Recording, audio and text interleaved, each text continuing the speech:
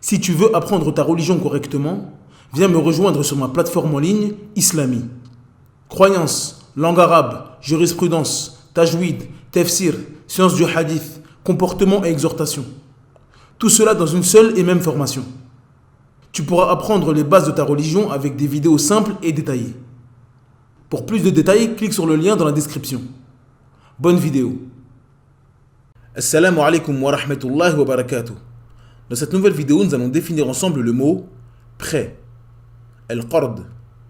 Nous diviserons cette vidéo en 3 parties. La première partie sera consacrée à la définition du mot qard dans la langue arabe et dans le jargon islamique. Dans la deuxième partie, nous verrons ce que le musulman doit impérativement savoir à propos du prêt en islam.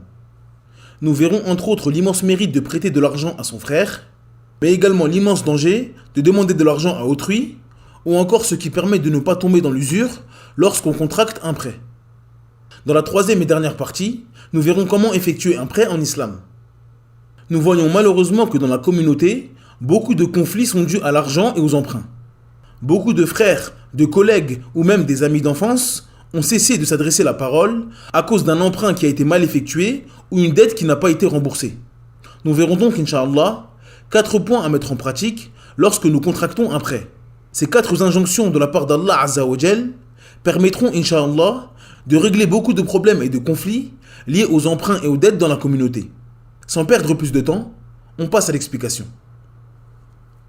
Bismillahirrahmanirrahim. Alhamdulillahi Rabbil Alamin. Wassalatu wassalamu ala ashrafil anbiya wal mursalin. Nabiyyina Muhammadin wa ala alihi wa sahbihi ajma'in. Amma ba'd. La définition du mot qard dans la langue arabe. L'origine du mot qard vient des 3 lettres qaf, ra, del, qui forment le verbe qarada, qui signifie une coupure. Quant au mot qard, il s'agit d'un bien que l'on donne à son propriétaire. Il est appelé ainsi car lorsque la personne remet le bien à son propriétaire, c'est comme s'il coupait le lien de la dette qu'il y avait entre les deux. La définition dans le jargon islamique. Dans le jargon islamique, le qard consiste à ce qu'une personne donne un bien à quelqu'un pour qu'il lui rende la même chose par la suite. La différence entre le qard et le dayn. L'origine du mot dayn vient des 3 lettres dal, ya, nun, qui forment le verbe dana, qui signifie obéissance, rabaissement et humilité. Quant au mot dayn, il s'agit d'une dette que quelqu'un a envers autrui. Il est appelé ainsi car de manière générale, celui qui a une dette envers quelqu'un est rabaissé et humble auprès de la personne qui lui a prêté son bien. Celui qui a une dette envers une personne n'ose généralement pas s'opposer à celui-ci. À travers la définition du qard et du dayn, nous nous apercevons que les sens sont très proches. La différence entre le dayn et le qard est que le dayn est plus général que le qard. Le qard consiste à donner de l'argent, de l'or ou autre, à quelqu'un qui en a besoin. Puis il rend la même somme qu'on lui a prêtée un jour, un mois ou un an après. Quant au dayn, il concerne toute chose sur la conscience de la personne, que cela soit dans une vente ou dans un prêt. Exemple, si je vais dans une épicerie pour acheter de l'eau, mais que j'ai oublié mon portefeuille, je dis donc au vendeur que je lui passerai l'argent dans l'après-midi. Il s'agit ici d'un dayn. Autre exemple, j'achète une voiture en plusieurs fois. La voiture coûte 10 000 euros et je donne au vendeur 500 euros par mois. Il s'agit ici d'un dayn, car j'ai sur ma conscience le paiement de la voiture. Donc nous nous apercevons que le qard est un type de dayn. Tout qard est un dayn, mais un dayn n'est pas forcément un qard. Ce qu'il faut savoir à propos du qard. Les mérites de prêter de l'argent à son frère. D'après Abu Hurairah radhiyallahu anhu, le prophète sallallahu alayhi wa sallam a dit: celui qui soulage un croyant d'une difficulté de ce bas monde, Allah le soulagera d'une difficulté du jour du jugement. Celui qui facilite celui qui est en difficulté, Allah lui facilitera le jour du jugement. Et celui qui couvre un musulman, Allah le couvrira dans ce bas monde et dans l'au-delà. L'imam Ibn Qudama rahimahullah a dit: le qard est une chose préférable pour celui qui prête et permise pour celui qui demande. Fin de citation. L'imam Ibn Qudama rahimahullah continue toujours en disant: Abu Darda radhiyallahu anhu a dit: je préfère prêter 2 dinars à quelqu'un et qu'il me les rende, puis encore lui prêter, que de faire une aumône avec ces 2 dinars. Ceci car il y a le soulagement et l'aide de son frère musulman dans ce qu'il doit accomplir. Fin de citation. Le danger de demander de l'argent à son frère. D'après Abu Hurairah radhiyallahu anhu, le prophète sallallahu alayhi wa sallam a dit: l'âme du musulman est liée à sa dette jusqu'à ce qu'il la rembourse. Mubarak Furi rahimahullah a dit à propos de ce hadith: celui qui meurt sans avoir eu l'intention de rembourser, on lui prendra de ses hasanats le jour du jugement. Car durant ce jour, il n'y aura ni dinar ni dirham. Fin de citation. D'après Abu Hurairah radhiyallahu anhu, le prophète sallallahu alayhi wa sallam a dit: celui qui prend le bien d'une personne en ayant la volonté de lui rendre, Allah lui facilitera cela. Et celui qui prend le bien d'une personne en voulant sa destruction, Allah le détruira. Ibn Battal rahimahullah a dit à propos de ce hadith: ce noble hadith nous encourage à ne pas dilapider l'argent d'autrui et s'éloigner de cela. Il nous incite aussi à rendre ce qu'on nous a prêté de la meilleure des manières. Allah a certes interdit dans son livre de manger l'argent des gens dans le faux, ainsi que le prophète dans son sermon d'adieu en disant: certes votre sang et vos biens sont sacrés. Fin de citation. L'imam As-San'ani rahimahullah a dit à propos de ce hadith: prendre le bien d'une personne englobe les dettes, l'emprunt ou le dépôt. Ce qui est voulu par la volonté de lui rendre est le fait de lui remettre son bien dans ce bas monde. Et Allah lui facilitera en lui donnant de quoi rembourser sa dette dans ce bas monde. Ou il lui épongera sa dette dans l'au-delà s'il n'a pas pu rembourser. Fin de citation. L'imam As-San'ani continue toujours en disant: quant à celui qui souhaite dilapider, il s'agit de celui qui demande un prêt à quelqu'un, pas pour un besoin ni pour un commerce, mais uniquement pour l'utiliser et le consommer, tout en n'ayant pas l'intention de le rembourser. Dans ce cas-là, il connaîtra la destruction dans ce bas monde en vivant une vie de gêne, sans baraka ni facilité, mais également dans l'au-delà, par la menace du châtiment. Fin de citation. D'après Abu Hurairah radhiyallahu anhu, le prophète sallallahu alayhi wa sallam a dit: celui qui ne fait que quémander le bien des gens demande en réalité des braises. Soit il cesse cela, soit il continue. Ce hadith nous montre le danger de demander de l'argent sans raison valable. Que cela soit avec l'intention de rendre l'argent comme le qard, ou de ne pas le rendre comme la mendicité. Cheikh al-Uthaymin rahimahullah a dit à propos de ce hadith: c'est-à-dire celui qui demande sans cesse aux gens de lui prêter leurs biens, dans le but d'augmenter ses propres biens. En réalité, il ne fait que demander des braises. S'il continue à demander l'argent des gens, il augmentera les braises. S'il diminue, il diminuera les braises sur lui. Et s'il stoppe cela, il sera préservé de ces braises. Ce hadith montre que quémander le bien des gens sans raison valable est un grand péché. Fin de citation. Puis le cheikh continue en disant: d'après Qabisa ibn Mukhariq radhiyallahu anhu, le prophète sallallahu alayhi wa sallam a dit: certes, quémander n'est permis que dans 3 cas. Un homme qui supporte une créance pour autrui. Il peut demander l'aumône jusqu'à ce qu'il parvienne à la régler. Un homme qui a subi un fléau et qui a décimé ses biens. Il peut demander l'aumône jusqu'à ce qu'il retrouve des moyens de subsistance. Et un homme dont l'état d'indigence est attesté par 3 personnes douées de raison de sa communauté. Il peut demander l'aumône jusqu'à ce qu'il trouve les moyens d'assurer sa subsistance. Le prophète a interdit de quémander sauf dans 3 cas. Un homme qui s'est proposé pour payer la dette de quelqu'un. Il est permis pour lui de demander aux gens jusqu'à ce que la dette soit remboursée. Une fois remboursée, il doit cesser de demander. Il y a aussi un homme qui a perdu ses biens à cause d'un feu, une inondation, un ennemi ou autre. Il est permis pour lui de quémander jusqu'à ce qu'il retrouve des moyens de subsistance. Le troisième est un homme riche qui a perdu sa richesse sans raison ou catastrophe apparente. On donne à cette personne à condition que 3 personnes douées de raison attestent en sa faveur. On lui donne donc en fonction de ce qu'il a perdu comme richesse. Ces 3 personnes sont celles pour qui il est permis de quémander de l'argent aux gens. Mais cela n'est pas permis en dehors de ces 3 catégories. Le prophète a dit: mais en dehors de cela, ô qabisa, c'est le suht. Celui qui fait cela consomme du suht. Le suht est le haram. Il est appelé ainsi car il enlève la baraka dans l'argent et parfois l'argent dans sa totalité.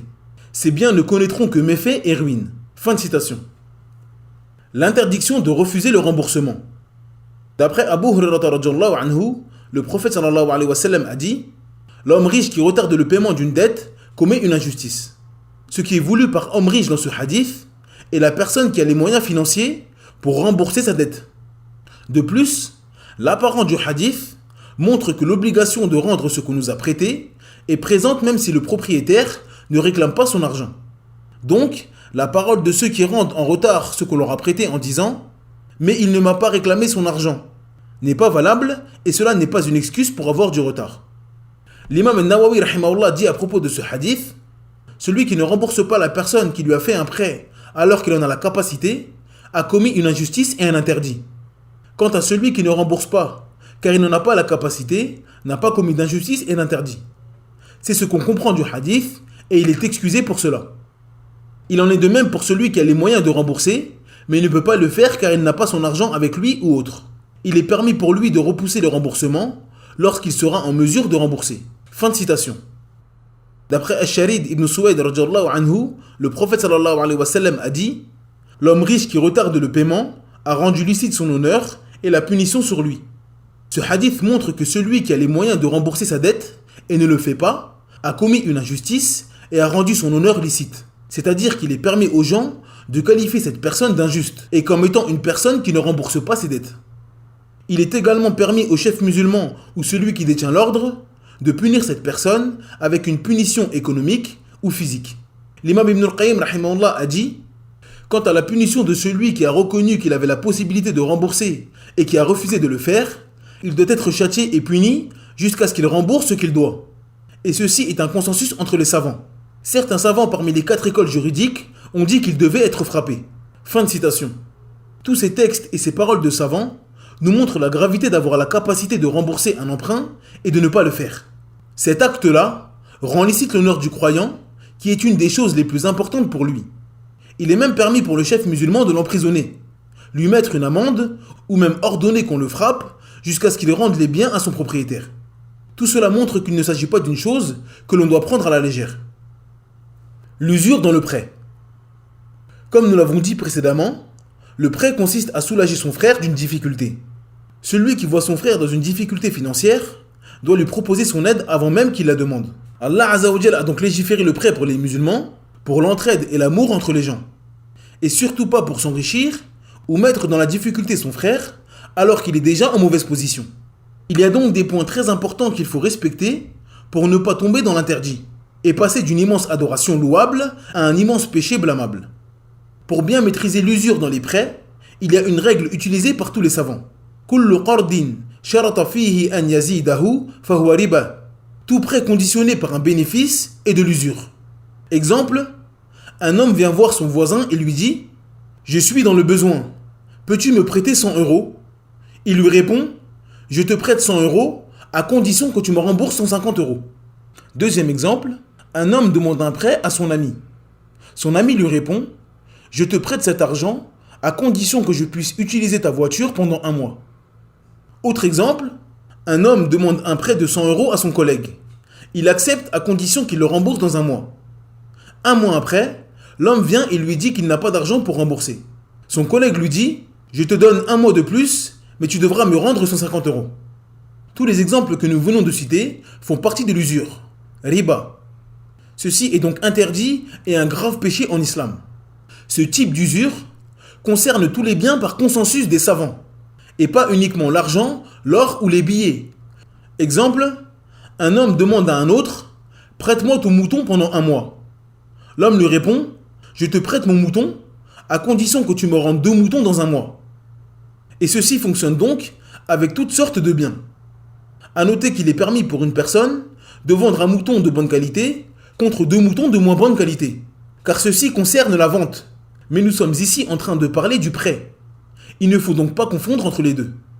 Ibn Qudama rahimahullah a dit « Tout emprunt conditionné par un bénéfice est interdit, et il n'y a aucune divergence dans cela. » Ibn Munzir a dit « Il y a consensus sur le fait de dire que si le prêteur conditionne à l'emprunteur un bénéfice ou un cadeau, et qu'ils se mettent d'accord, ceci entre dans l'usure. » Fin de citation. À travers tout ceci, nous nous apercevons de la grande sagesse de l'interdiction de riba en islam. Votre frère vient vous voir car il n'a pas 100 €. Et vous lui dites en retour « Je te passe ces 100 €, mais tu devras me donner 150 €. » Donc, il est venu avec moins 100 € et il repart avec moins 150 €. Nous voyons tout de suite l'immense injustice de cet acte. Le prêt a pour but de faciliter son frère et non de lui mettre la tête sous l'eau. Le musulman doit donc s'éloigner de cela de toutes ses forces. Jabir ibn Abdillah radhiyallahu anhuma a dit « Le prophète sallallahu alayhi wa sallam a maudit celui qui mange l'usure, celui qui le fait manger, celui qui l'écrit et les deux témoins. Et il a dit, ils sont égaux dans le péché. Donc, le prophète sallallahu alayhi wa sallam nous informe qu'il n'y a pas de différence entre celui qui demande riba, celui qui l'accepte ou les témoins de cela. Rendre plus que ce qu'on nous a prêté. Il est permis et recommandé à l'emprunteur de rendre plus qu'on lui a prêté. Bien sûr, si cela n'est pas conditionné par le prêteur. Abu Hurairah radhiyallahu anhu a dit, le prophète sallallahu alayhi wa sallam a demandé le prêt d'un chameau d'un certain âge et il a rendu un chameau d'un âge meilleur. Puis il dit, le meilleur d'entre vous est celui qui rend de la meilleure des façons. Ce hadith nous montre qu'il est recommandé à celui qui s'est vu prêter un bien de rendre de la meilleure des façons. Exemple, si mon frère me prête 100 € pour me dépanner, il est donc permis pour moi de lui rendre 200 €. À condition bien sûr que cela ne soit pas une condition imposée par le prêteur.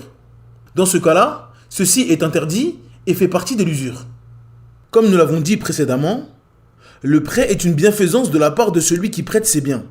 Il est donc normal que l'emprunteur rende le bien par le bien. Conformément à la parole d'Allah Azza wa Jal, Hal jaza'ul ihsan illa al-ihsan. Dans la sourate 55 au verset 60, d'après la traduction approximative, Allah Azza wa Jal dit, y a-t-il d'autres récompenses pour le bien que le bien? Comment contracter un prêt? Nous constatons malheureusement que beaucoup de conflits dans la communauté musulmane sont dus à des problèmes de prêt et de remboursement de prêt. Et nous voyons malheureusement des frères, des époux et des amis se faire la guerre à cause d'un prêt. L'un jure par Allah qu'il ne lui a pas rendu son argent, tandis que l'autre jure que si. Un autre assure qu'il s'agissait d'un prêt de 2000 €, alors que l'autre assure qu'il s'agissait d'un prêt de 1000 €. Tous ces problèmes pourraient être évités si les musulmans mettaient en pratique les enseignements d'Allah Azza wa Jal et son messager. Pour éviter tous ces soucis, il est important de suivre 4 étapes importantes lorsqu'on contracte un prêt avec quelqu'un. Que la personne soit votre mère, votre frère ou votre ami d'enfance, il est préférable de faire cela, afin de fermer la porte à Shaitan et aux faiblesses du cœur. Délimiter la période de remboursement. Il faut impérativement que la date du remboursement soit connue par les deux protagonistes. Exemple, une personne vient voir son ami et lui dit « Peux-tu me prêter 100 € que je te rendrai lundi prochain ?» Autre exemple, mon frère vient me voir et me demande de lui prêter 100 €. Je lui dis oui, à condition qu'il me les rende demain. Allah Azza wa Jal dit Ya ayyuhalladhina amanu idha tadayantum bidaynin ila ajalin musamma. Dans la sourate 2 au verset 282, d'après la traduction approximative, Allah Azza wa Jal dit Ô les croyants, quand vous contractez une dette à échéance déterminée. Ibn Jarir al-Tabari rahimahullah dit à propos de ce verset, c'est-à-dire lorsque vous contractez un prêt, un achat ou un échange, faites-le dans un délai connu qui est déterminé entre eux. Écrire les modalités du prêt. Lorsqu'une personne prête de l'argent à une autre, il faut qu'ils écrivent les modalités du prêt. Ils écrivent le montant qui a été prêté et la date du remboursement. Faire écrire les modalités du prêt par une personne extérieure. Il est préférable que les deux contractants demandent à une personne neutre et équitable de noter les modalités du prêt. Allah Azza wa Jal dit Faktubuhu wal yaktub baynakum katibun bil adl. Toujours dans la sourate 2 au verset 282, d'après la traduction approximative, Allah Azza wa Jal dit mettez la dette en écrit et qu'un scribe l'écrive entre vous en toute justice. Ibn Jarir al-Tabari rahimahullah dit concernant ce verset, c'est-à-dire qu'un scribe écrive le délai de remboursement. Il doit l'écrire en toute vérité et doit être équitable dans ce qu'il écrit. Il ne doit pas augmenter le montant du prix ni le baisser. Fin de citation. Des témoins. Il est préférable pour les contractants d'amener des témoins afin qu'ils attestent des modalités du prêt ainsi que la date de remboursement. Allah Azza wa Jal dit وَاسْتَشْهِدُوا شَهِيدَيْنِ مِنْ رِجَالِكُمْ فَإِنْ لَمْ يَكُونَا رَجُلَيْنِ فَرَجُلٌ وَامْرَأَتَيْنِ مِمَّنْ تَرْضَوْنَ مِنَ الشُّهَدَاءِ. Toujours dans la sourate 2 au verset 282, d'après la traduction approximative, Allah Azza wa Jal dit faites-en témoigner par 2 témoins d'entre vos hommes, et à défaut de 2 hommes, un homme et 2 femmes d'entre ceux que vous agréez comme témoins. Cette vidéo est maintenant terminée, merci de l'avoir suivie jusqu'à la fin. N'hésitez pas à télécharger le PDF de cette explication, le lien est dans la barre de description. Il est disponible en langue arabe et en langue française. N'oubliez pas de vous abonner à la chaîne et d'activer la cloche de notification, afin de ne rater aucune vidéo. En attendant, je vous dis Assalamu alaikum wa rahmatullahi wa barakatuh. Subhanakallahumma bihamdik. Ashhadu an la ilaha illa ant. Astaghfiruka wa atubu ilayk.